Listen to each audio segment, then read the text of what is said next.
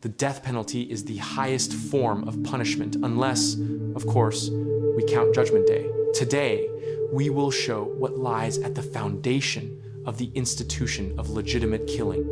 Why some people were hanged, while others were impaled.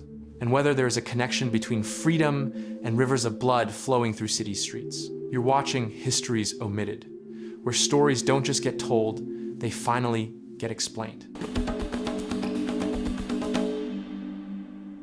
In ancient and primitive societies, one simple rule applied: an eye for an eye. If a person inflicted injury on someone else, they should not have been surprised if the same was done to them in return. Curiously, more than 2,000 years later, similar laws would be established by the barbarians on the ruins of the Roman Empire. For example, if you stole property or dragged someone else's slave beyond the city limits, that alone was grounds for execution under the law. In ancient Babylon, such punishments were approached creatively. Incest was punished by burning both participants alive, and if you executed a lover, you yourself would be impaled. The Abrahamic religions were no kinder to criminals. The list of sins in the Bible for which you would be sent to the next world is quite extensive. For example, practicing magic or committing blasphemy. Violating God's law was considered the gravest crime, and the punishment for it was as severe as possible.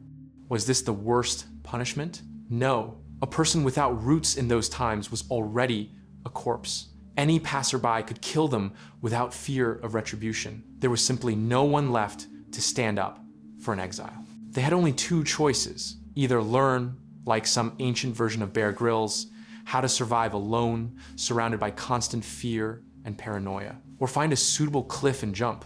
You may have read about the draconian laws of Athens, according to which stealing an olive from a tree threatened a terrible death. But few people know that the Romans lived through part of their history under laws that were hardly more lenient.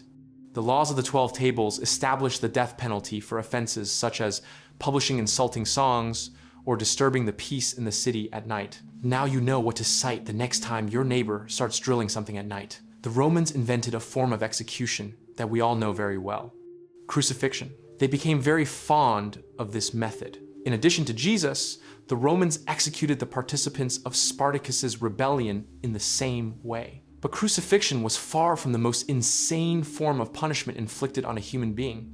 When we think about executions of the past, images of breaking on the wheel, burning at the stake, and other medieval attractions usually come to mind. But why were executions so widespread in the first place? Was this just excessive cruelty on the part of our ancestors, or something else at play? The answer is far more practical. Prisons, in the modern sense of the word, appeared quite late. In medieval dungeons, there were not many prisoners, and they were held there only until sentencing. Essentially, such prisons were merely temporary holding facilities. Let's think logically. If you have no way to imprison a criminal for a long time, or send them to serve a sentence elsewhere, then punishment must be immediate. That is why stocks, flogging, or the rack were used for minor offenses. But for serious crimes, something had to be cut off, or the person had to be executed. The death penalty was used freely, even for minor offenses that today would be classified as low-severity crimes. The state had a reason for this. If you are a thief, then you have violated a religious commandment, so let us take your life.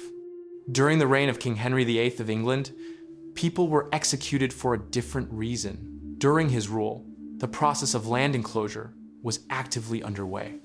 Landlords expelled peasants from their ancestral fields, forcing them to go to the cities in search of work. But there was a problem. Vagrancy was forbidden. Those who failed to find work in time and wandered wherever they pleased were sent to the gallows. According to estimates, up to 72,000 people were executed during the reign of Henry VIII. But already in the 16th century, a trend toward humanism began to form. Humanists of the modern era started looking at human beings through a different lens.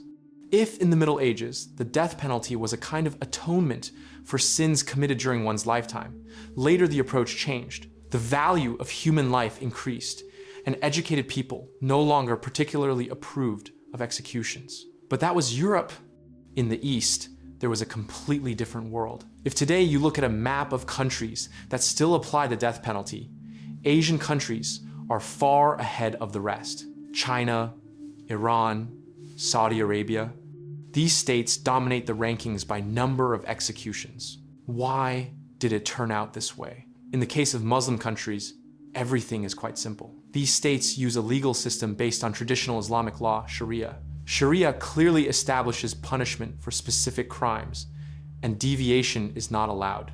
That is precisely why Saudi Arabia and Iran still practice some of the most elaborate forms of execution, stoning a person to death or beheading them with a sword. But in the case of East Asian countries, things are somewhat more complicated. One must understand that the Asian value system differs greatly from the European one. Asian politicians often speak of a special path, one that frequently contradicts Western values. One of the most ardent supporters of this Asian path was the former leader of Singapore, Lee Kuan Yew. Singapore is often cited as an example of adapting a Western capitalist model in the East. Yet this very country frequently ranks among the leaders in executions per capita. Singapore is often called Disneyland with the death penalty. Many Asians simply do not care about Enlightenment-era cultural values like humanism or the intrinsic value of every individual life. For most of these societies, such ideas are far from obvious. For example, in Japan, 80% of the population supports the death penalty. Asian collectivism has no issue with capital punishment. Because in this worldview, a person is merely a part of a larger system. And if someone falls out of that system, especially if they damage it or threaten other elements, they must be eliminated.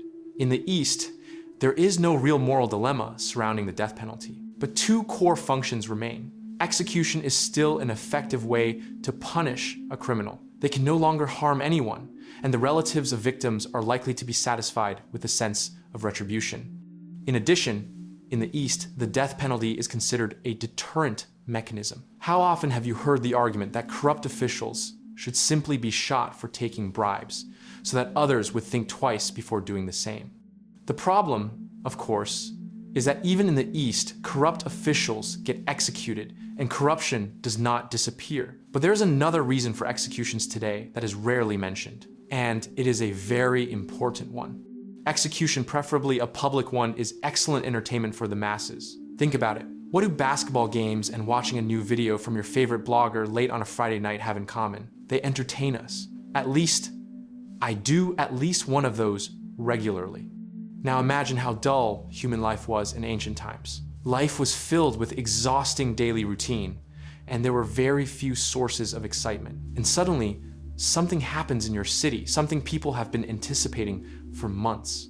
Today, in the town square, a murderer will be torn apart. In a world where the greatest form of entertainment might be a visit to a filthy tavern or listening to a monotonous lute performance, something appears that delivers a powerful adrenaline rush. As unpleasant as it may be to admit, there are people who enjoy watching the suffering of others. And authorities throughout history understood this perfectly. They often gave people the opportunity to enjoy public violence, violence that was safe for the spectators. Public executions were a vivid lesson for potential offenders. The bodies remained hanging from gallows long after the execution itself. But more importantly, execution served as an emotional release for the masses. The Romans understood that the people needed bread and circuses. In their case, gladiatorial games fulfilled the role of spectacle.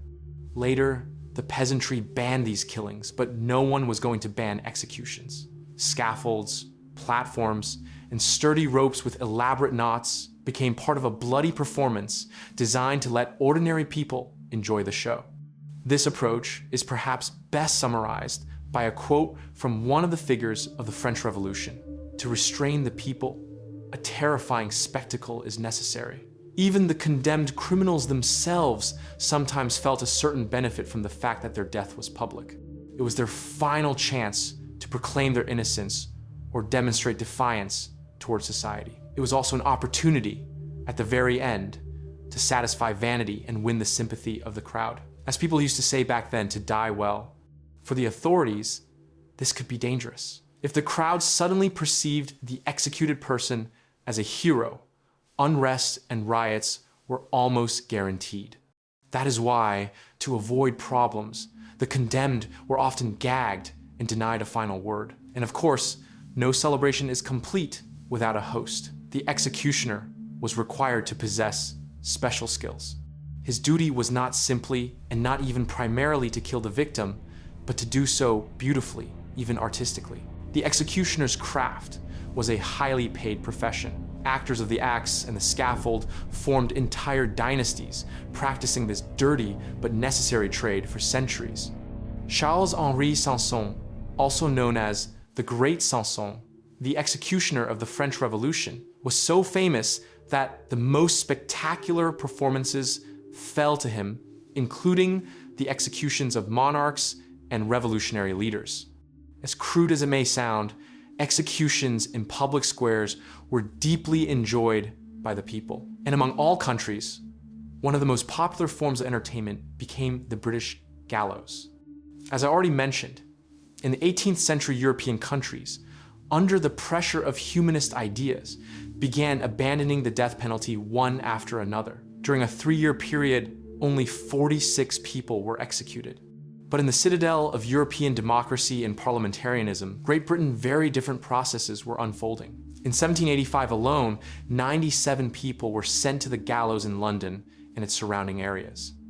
London consistently carried out more executions than large parts of Germany. What is even more interesting is this: people were not executed for murder or bodily harm. Not at all. Out of those 97, only one was a murderer. All the others were executed for crimes against property theft, robbery, and fraud. In the 19th century, Britain operated under what was known as the Bloody Code. In terms of cruelty, it had no equal. Around 230 offenses, including such horrors as stealing a turnip, associating closely with gypsies, damaging fish in ponds, or walking through a forest with a weapon, were punishable by death. The greatest British legal scholar of the 19th century, Sir James Fitzjames Stephen, described his country's legislation as the most absurd, the most irresponsible, and the most cruel ever to disgrace a civilized nation. Gallows and wooden beams were such a common feature of the British rural landscape that early English travel guides used them as ordinary road markers. Football did not exist in England in the 18th and early 19th centuries, so public executions became the primary form of mass entertainment. Execution Day was like a major football match, say Tottenham versus Arsenal. Festive atmosphere everywhere. Food and souvenirs were sold. Craftsmen, who were contractually required to deliver goods on time, often specified in their agreements that if an execution fell on that day, it would be considered a non-working day. Incidents were inevitable. Sometimes, the crowd became so agitated that death occurred not only on the scaffold, but also among the spectators. In 1807, around 40,000 people came to watch the execution of Holloway and Haggerty. As a result of the ensuing brawl, around 100 people joined the executed in death, and this spectacle was not limited to the lower classes and proletariat. The upper classes also loved watching bloody performances. Special luxury viewing platforms were built for VIP spectators, balconies, stands. Noble youth and devoted fans sometimes traveled across the entire country to attend particularly important executions, and there was plenty to see. They hanged adults and children alike. In 1833, a 9-year-old boy was sentenced to death. His crime was truly severe. He smashed a shop window and stole colored ink worth a few pennies. Only public outrage managed to prevent another tragedy. Why was the British system so cruel? Was it something inherent in the national character, or was something else going on? In fact, England had been relatively moderate regarding executions for centuries. William the Conqueror, during his 20-year reign, did not execute a single person. There were tortures, of course, no surprise there, but executions were absent. English law was generally known for its leniency compared to continental neighbors. While France executed people for minor offenses, England reserved capital punishment for serious crimes, murder, treason, and the like. But here is the interesting part. England was an advanced country. From the 17th century onward, a functioning parliament existed. The king was not an absolute ruler and had to consider the opinions of legislators. True rule of law was established. At the same time, the entire island was rapidly moving toward an industrial breakthrough, paving the way for the rest of the world. And it is precisely in these civilized and progressive developments that the answer to Britain's bloodthirsty legal system lies. It was not some dark medieval backwardness that was to blame. It was progress, love of freedom, and most importantly, unquestioning respect for ancient laws that led to rivers of blood flowing through the streets of London. The British deeply feared authority. The experience of revolutionary upheavals strengthened their belief that granting power to authoritarian leaders was dangerous. Cromwell and his reign of terror left a deep scar on society. A simple logic emerged. No royal proclamation could override the law. And while monarchs and emperors in other countries, inspired by Enlightenment ideas, began abolishing barbaric laws, British monarchs simply could not afford to do so. They feared new institutions of power, like fire. Modern policing in Britain only emerged in the mid-19th century. Without police, the entire system of fear relied not on being caught by an officer, but on the prospect of dangling from a beam. The transformation of public consciousness was painfully slow. Unhealthy conservatism often prevailed. Even in the 20th century, when the gallows had become something truly barbaric, Britain's unquestioning loyalty to tradition remained stronger. In 1948, a proposal to raise the minimum age for capital punishment from 18 to 20 was debated and rejected.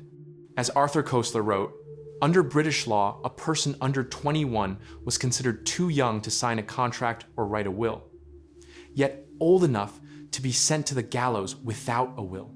Americans inherited from their British ancestors not only the language, but also their attitude toward the death penalty. It is the United States that is often considered the most powerful bastion of capital punishment in the modern world. Although Britain eventually managed to abandon executions, credit where credit is due, yet even today, the gallows still call to the English. In 2011, 65% of Britons supported restoring the death penalty for murder, which had been abolished only in 2004. However, liberty, equality, and fraternity sent thousands of people to the scaffold, not only in Britain. Across the Channel, this became part of national identity. While in Britain, the power of feudal lords was steadily restricted, neighboring France remained a true preserve of feudal life. The local parliament, the Estates General, was convened irregularly, and it was no coincidence that King Louis XIV famously declared, "I am the state." If in England people were mostly hanged with occasional beheadings, the French remained loyal to their medieval traditions. Bandits were broken on the wheel, heretics were burned at the stake, and counterfeiters were boiled alive. Only petty thieves from the lower classes were granted the ordinary gallows. On average, about 300 new souls passed each year into the afterlife through the loving hands of the state executioner. But what truly matters here is something else, the class-based nature of execution. An old French saying went, "The axe for nobles, the rope for commoners." The gallows in France was considered a humiliating punishment for the upper estates. If a guilty noble was to be insulted even after death, his corpse would be hung after execution, so as to preserve at least some class decorum. But when the Great French Revolution knocked on the door, everything changed. Debates about what to do with the death penalty after the revolution and the arguments voiced at the time remain relevant even today. Supporters of capital punishment argued that its visual nature prevented repeat offenses. Opponents, however, insisted that it was legalized murder and emphasized the irreversibility of judicial error. One of the most vocal opponents of the death penalty was Maximilien Robespierre. Yes, the very same man who, during the Jacobin dictatorship, would later turn the guillotine into an assembly line. But at that time, Robespierre was an ardent advocate of the idea that human life was sacred to all other humans. Nevertheless, fueled by stories of enemies of the revolution, executions were preserved. And this is where Dr. Guillotin enters the stage. His invention was entirely in the spirit of the Enlightenment. Torture, hanging, breaking on the wheel, and other medieval pleasures were meant to remain in the feudal past. The guillotine killed quickly and almost painlessly. And since no alternatives existed, everyone from the king to the poorest beggar was equal before its blade. There was another crucial point. Death was no longer directly associated with a person. People were killed by a mechanism, not by the cold hands of an executioner. Later, electric chairs, gas chambers, and lethal injections would merely expand this list of technical tools of killing in the name of justice. The status of executioners also changed. They now carried elaborate formal titles, chief executor of criminal sentences. They became ordinary, hired workers paid by the state for completed tasks, which meant they were financially motivated by death sentences, a form of project management in its own way. And money flowed generously. Between 1,792 and 1,795, around 15,000 people were executed by guillotine in France by court order. Another 25,000 were beheaded by administrative decisions. 40,000 people, roughly the population of the city of Orléans near Paris. The scale of revolutionary purges was unprecedented. The state was deeply irritated by the public's love of executions. No measures could rid executions of spectators, neither dismantling scaffolds nor moving executions behind closed walls. Shortly before World War II, a German named Eugen Wiedemann was executed in Versailles. The sensation was guaranteed. People rented windows, rooftops, balconies at exorbitant prices. The execution turned into an all-night folk festival. According to eyewitnesses, people tore down barriers just to soak their clothes in the blood of the condemned.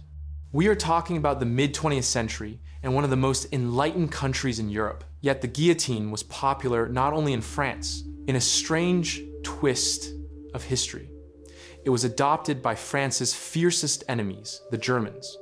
The guillotine became one of the primary execution methods in Nazi Germany's prisons. In total, around 40,000 people were guillotined by the Nazis. Curiously, the chief executioner of the Third Reich, Johann Reichard, who personally executed around 3,000 people, repeated the fate of many German scientists. After the war, he consulted the Allied forces on methods of executing Nazi war criminals. In other words, a Nazi executioner prepared gallows for Ribbentrop, Jodl, and Rosenberg. Today, 27% of countries retain the death penalty as a form of punishment, and the number of such states decreases every year. The reason is obvious. Western humanism continues to penetrate even the most remote corners of the planet. In countries where executions still exist, they have become a rather dull and routine procedure. Almost nowhere are they public spectacles anymore. No more breaking on wheels or burning at the stake. Only gallows, firing squads, a few injections, and electric chairs. Can we say that execution, as a phenomenon, will soon disappear entirely? In these discussions, we often forget one important point. Executions have vanished from the lives of people living in relatively developed countries. And this disappearance is quite recent, essentially within the last 50 years, during a period of minimal upheaval. Executions become necessary when society enters a state of crisis or major transition, when rapid and often brutal decisions are needed to return individuals and societies to previous settings. When old tools, discarded as outdated or unsightly, suddenly become useful again. Throughout history, many countries experienced periods when the death penalty was abolished. Few people know that as early as the 7th century AD, China introduced laws asserting the supremacy of human life. Executions were abolished entirely or reduced to a minimum. But these were brief episodes in millennia of history. Perhaps we are living through such a period now. If you found this interesting, subscribe to the channel and share this video with your family and friends.